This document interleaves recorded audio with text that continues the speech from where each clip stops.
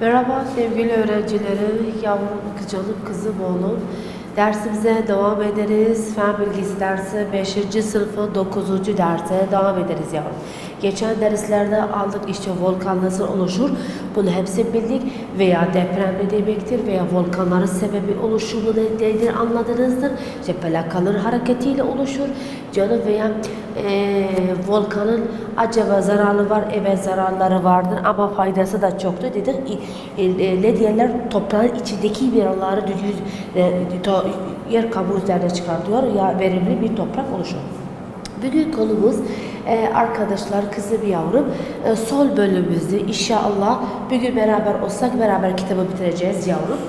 Kayalar ve mineral. Kayalar ve mineral belki de duymuşsunuz, belki de bilirsiniz, bazı öğrenciler de bilmiyor. Arkadaşlar bugün hala önceden mineraller alırım, sonra kayaları alacağım. Kitapta da böyle yazmış. Kızım, oğlum, yavrum, bizde şey vardır. Bizde mineral kelimesi. Mineral kelimesi belki de bizim hayatımız zaten bu çok önemli bir şeyler üzerine, mineral üzerine durmuş. En önemlisi minerallerden biri arkadaşlar tuz. Yemek tuzsuz olmaz. Bir gün anneniz yemeği unutmuş ya da az koymuş. Ah anne böyledir. Bu yemeğin şeyin tadı yoktu ya. Hiç tuz içinde yoktur. İşte canım, tuz en önemli. Hayatımızda en önemli, vücudumuz ihtiyacı da ona vardır. Çünkü kalsiyum yapacaktır. Kemiklerimizi güçleştirir. Ama çok tuz da yok, yemeyin. O da yok. Her şeyin sınırı vardır arkadaşım. Yani her şeyin haddi var. Her şeyin göre çok tuzlu da yemeyin. O da zararlıdır. Ama tuz esastır. Her şey, ekmekte tuz olmazsa tadı yoktur. Yemekte tuz olmazsa tadı yoktur. Yemek çok şeylerde işte tuz en basit bir hayatınıza size anlatıyor. İkinci şey arkadaşlar, mineral ne demektir? Mineral anlamı ne demektir? Ben size bir örnek verdim hayatınızda ki kullanıyorsunuz, her zaman beraber bir yerdeyiz. İşte arkadaşlar mineral ne demektir? Tarifi nedir? Doğada bulunan ve kristal adı verildiği karakterdir. Yani arkadaşlar nedir? Doğada vardır. Ben yaratmamışım, siz yaratmamışsınız. Fabrikadan çıkmamış. O zaman nedir? Kendisi vardır. Allah, Tanrımız yaratmış. Tanrımız vermiş. Ona ne diyeriz? Mineraller. Nedir? Tabiatta, doğada. O bulunan kristal şekilde maddelere, karakterlere verdiği şeye mineral diyeriz. Acaba bu mineraller nelerden olur yavrum? Cansız organizmalardan oluşur. Cansız organizmalardan. Yani canlılardan olmaz canım. Canlılardan olmaz. Nedir? Cansız organizmalardan oluşur. Kızım, oğlum, yavrum. Bunu da bildik. Ondan sonra da söylüyor birkaç yöntemle doğada oluşur bu mineraller. Ne yöntemiyle? Acaba bu cansız şeyler nedir? Arkadaşlar yüksek sıcaklık veya basınç etkisiyle arkadaşlar işte bu sebeple oluşumu. Mesela bizde var. Arkadaşlar en önemlisi kitapta bize vermiş çok yöntemler. Tabii yağmurun azalması, çok olması veya basıncı veya sıcaklık, bu mineraller hepsi olur. Arkadaşlar bu cansız organizmalardan işte oluşur yavrum. Arkadaşlar bir de size bir şey istiyordum anlatıp. Kalsit gibi bir mineraldir. Yer kabuğuna çok yakındır. O kadar yakın olduğu zaman işte ondan çok çeşit mineraller çıkıyor. Bir de bizde arkadaşlar su içinde bizde vardır. Arkadaşlar karbon var su içinde ve oksijen de deri su içinde oksijen de vardır. Beraber olduğu için kalsiyum çıkardır. Kalsiyum da çok önemlidir. İşte bak hayatımızda çok şeyler vardır. İşte dediğimiz gibi sert ve cansız ve doğada bulunan kristal modellere görülmesine işte buna ne diyeriz? Buna diyeriz mineraller. Sert, cansız, doğada bulunan cisimlere, modellere ne diyeriz yavrum? Mineral diyeriz. Minerallerin de oluşumu nedir? Cansız organizmalardan oluşur. Bir de arkadaşlar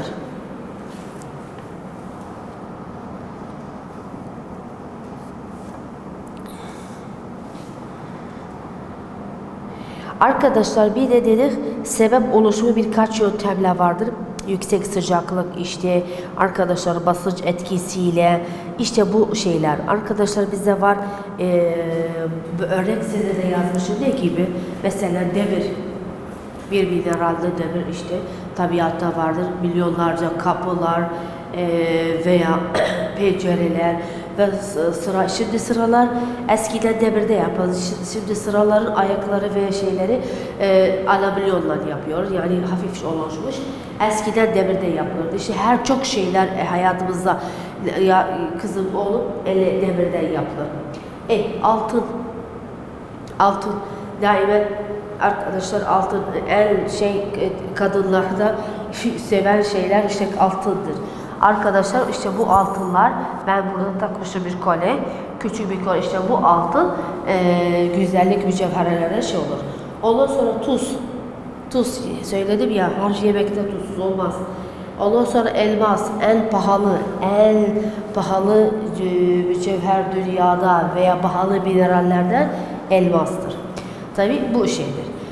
Umarım bunu anladınız. Son defa tekrarlıyorum. Mineraller dedik cansız ve doğada bulunan bir modeldir ve neden olur? Cansız organizmalardan oluşur. Sebep yöntemi nedir? Ya çok sıcaklıktan olur ya da basınç etkisiyle tabii sıcaklığın basıncısı da oluşur. İşte o sebebiyle oluşurlar. Hayatımızda mineralleri şimdi gelecek konuda anlatacağım. Hayatımızda mineral kullandığını çok şeyde örnekle gibi bir örnek size verdim. Basit tabii sizlere verdim. Özü çoktur canım. Şimdi bizde bir konu vardır. Yazmışız bak minerallerin özellikleri. Minerallerin özellikleri nedir? Ne özelliği var? Ben nasıl bunu bunu anlatacağım size.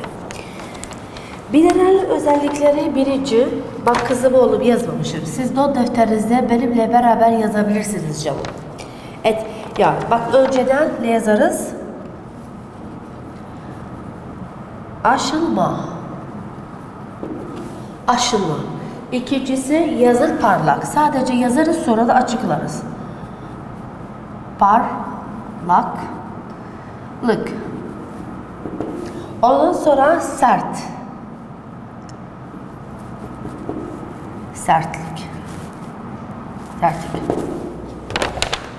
Arkadaşlar aşılım ne demektir?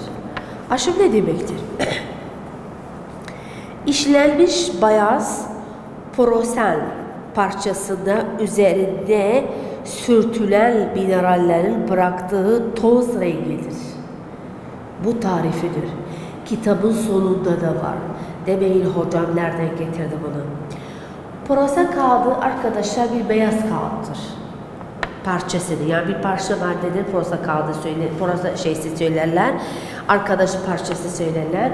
Ona izi derler. Bak izi nasıl izi? Yani bazı zaman ben çok buna da olurum. Tırnaklarınız ya bir yere diğer izi bırakarsınız. Ya mesela bir bıçakla bir şeyle bir şey etiriz. Tabii siz yapmayın yasaktır. Bir şey edersiniz iz. Ya çok öğrenci vardır. Yani çok buna da çok nefret ediyorum. Duvarda oturur yaşlarda duvarda kalemle ya da bir bahçe ismini harfısın yazar. Ya sırasın üzerinde yallah dey oyar onu kazar ki harfı ismi olsun ya duvarda kalsın. Yavrum bu şeyler yapmayın. Yasaktır. Yani güzel de değildir. İşte bu izdir. Bunu anlatıyor. İşte orada bu parça üzerine, parçası üzerine bir mineralları üzerine sürterler. Sürtediği zaman her şeyin rengi kalır. Her şeyin rengi alır. Hatta kitapta sayfa 137'de şurada bakın yazmış. Bak kükürt bak ne yazmış? Sarı bırakmış. Magnetit ne yazmış arkadaşlar? Siyah bırakmış. Bize habitlit bize de kahverengi, kırmızı rengi de bırakmış. Kralit arkadaşlar rengi gümüş parlak gümüşle veya rengiyle benzer bir renk bırakmış. Gümüş rengi biliyorsunuz.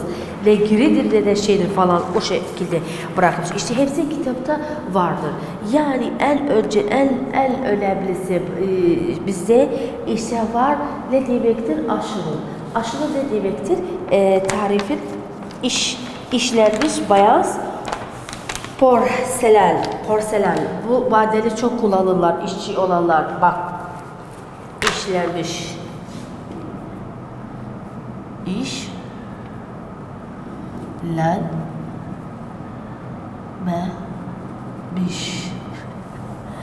arkadaşlar işlenmemiş beyaz, bak ne yazmış beyaz.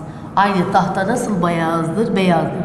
Bunu vuracaklar, izleri kalır, renkleri kalır. Bu renge göre bilirler her minerallerin şeysi. İşlenmemiş beyaz. Ne kaldı? Ne şeysi? Porselen.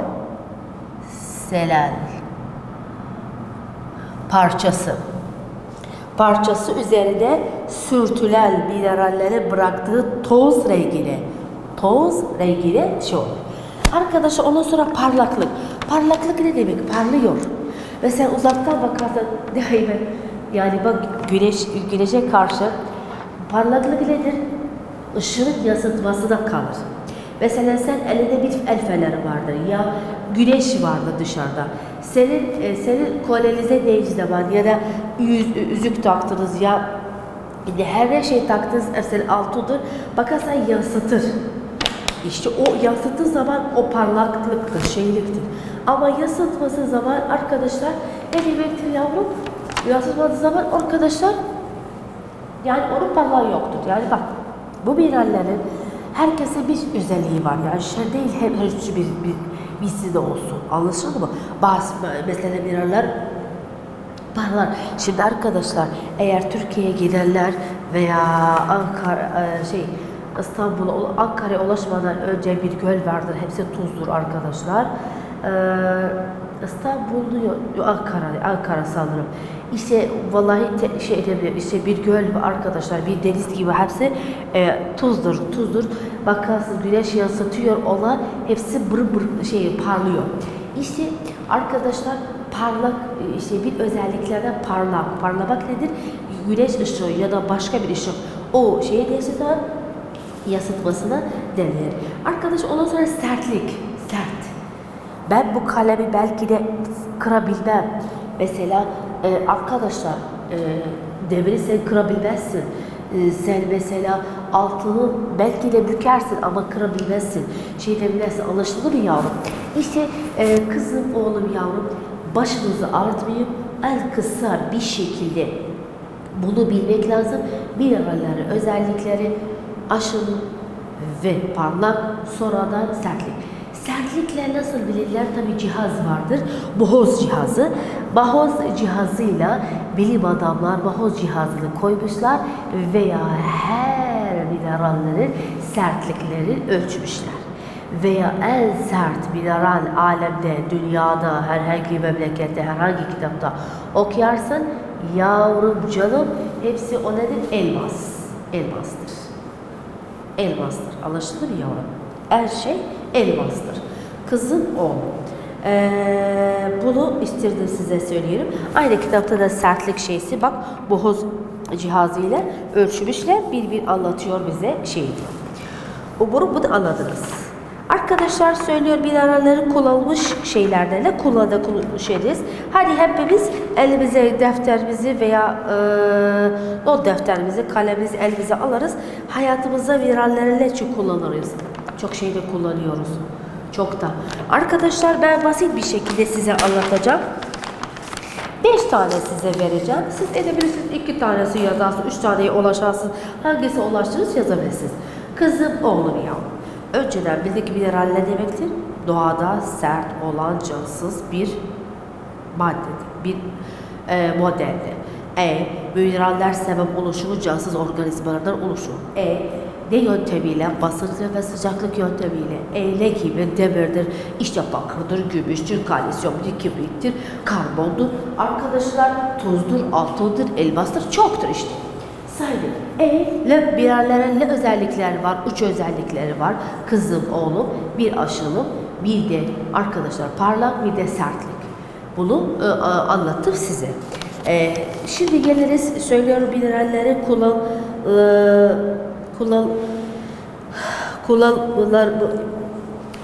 kullanmasını, pardon ya gelmiyor.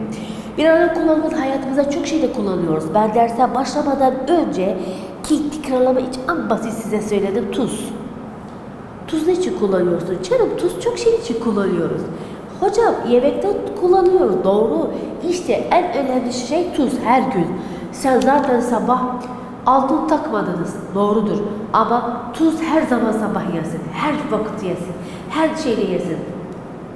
Kızım oğlum bir ekmekte tuz var. Yemek yenir, yemekte aynı tuz var. İşte her şeyde tuz var canım. Bunu bilin. En önemlisi tuz. Tabii sodyum klorür. Sodyum klorit yani kloridi sodyum Arapçası ama Türkçesi ve İngilizce tam tersi olur. Sodyum kloridi yemekte kullanıyoruz. En basit şey budur. İkinci, bizde var kurşun kalemler. Kurşun kalemler her zaman kalem elinizde vardır. Yazıyorsunuz. Bu kurşun kalem ne demektir? Kurşun kalem tabii neden gelir? Grafitten gelir.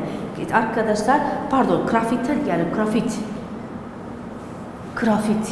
Grafit minerallerden ne çıkar? Kurşun kalemler çıkar ki her zaman o kurşun kalemle de yazıyorsunuz.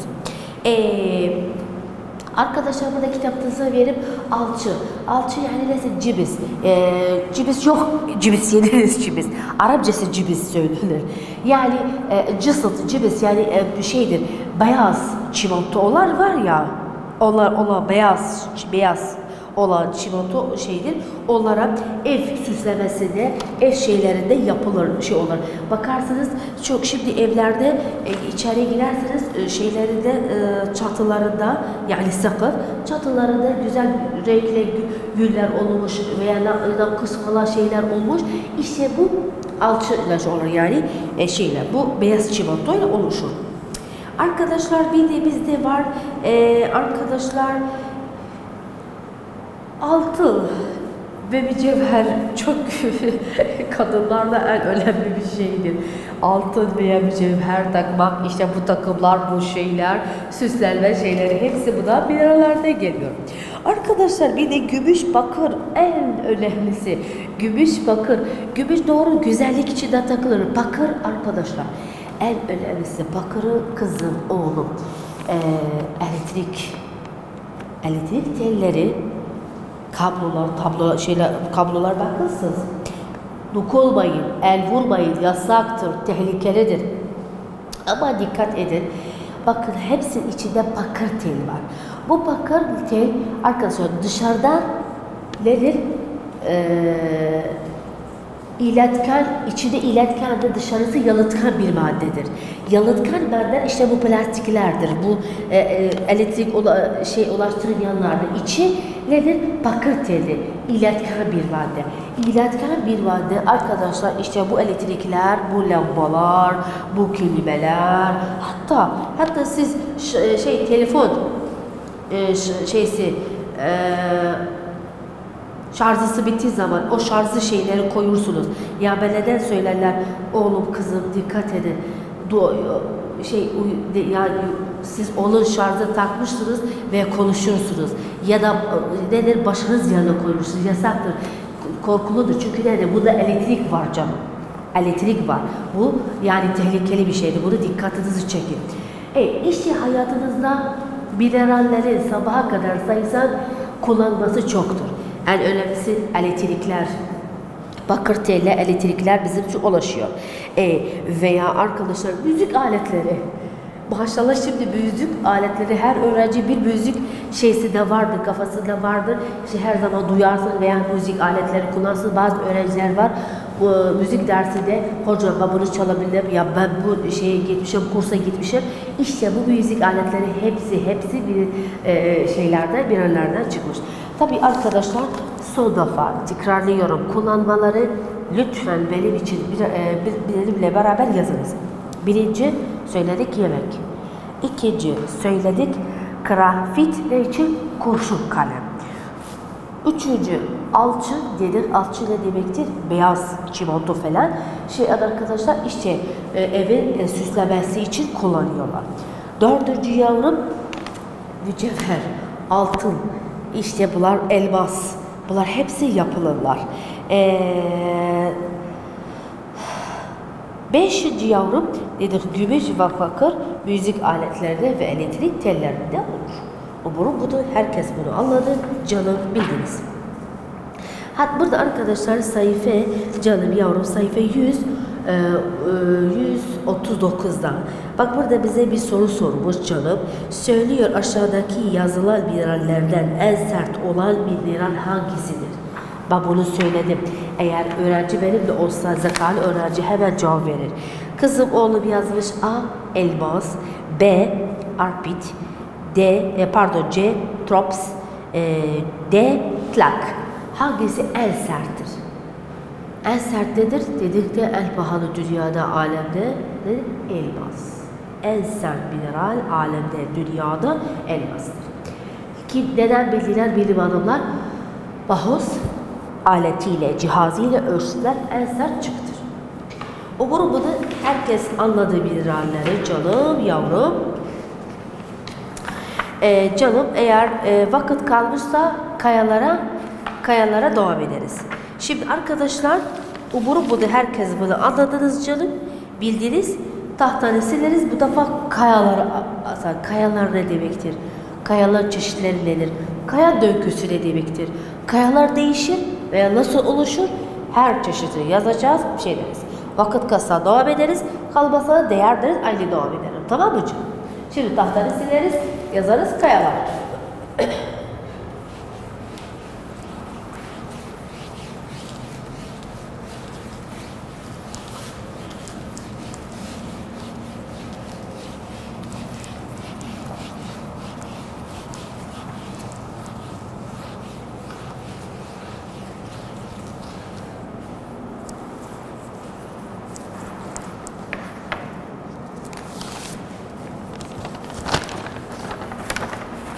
Aynı herkes benimle kızım yavrum defteriniz açın yazın kayalar.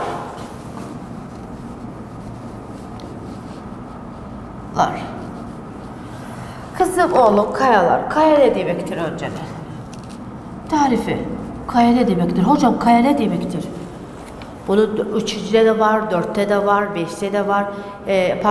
Yani her birinci sınıftan kaya belki de biz. Kaya her öğrenci biliyor ne demek. Yani taş. Ama bu ne demektir? Bunu bilmek lazım canım yavrum. Şimdi kaya ne demek? Bak ne yazmış? Bir veya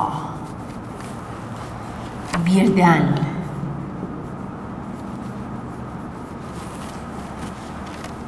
fazla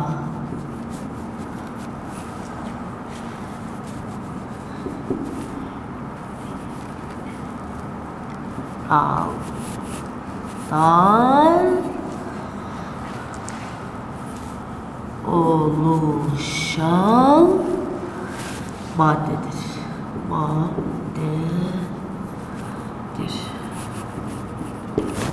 Kızım oğlum bak, belki de siz söylesiniz hocam, önceden yazdığınız kayalar ve mineraller, kitapta da aynı böyle yazmış.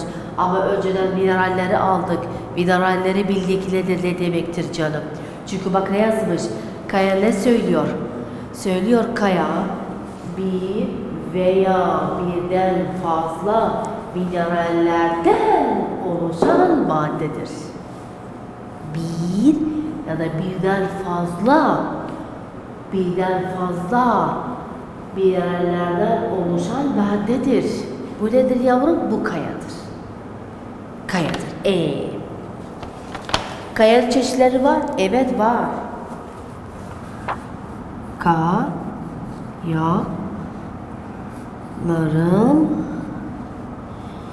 çeşitleri.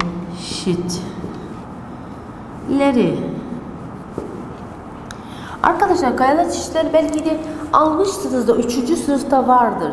Şimdi anlatacağım. 1, 2, 3. 3 çeşittir. Kayalı çeşitleri 3 tanedir yavrum.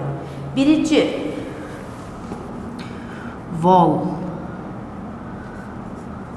volkanik kayalar.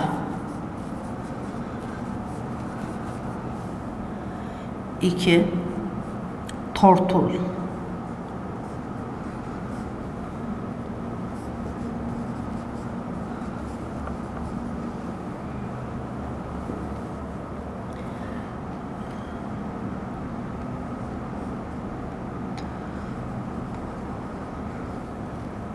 fik kayalar.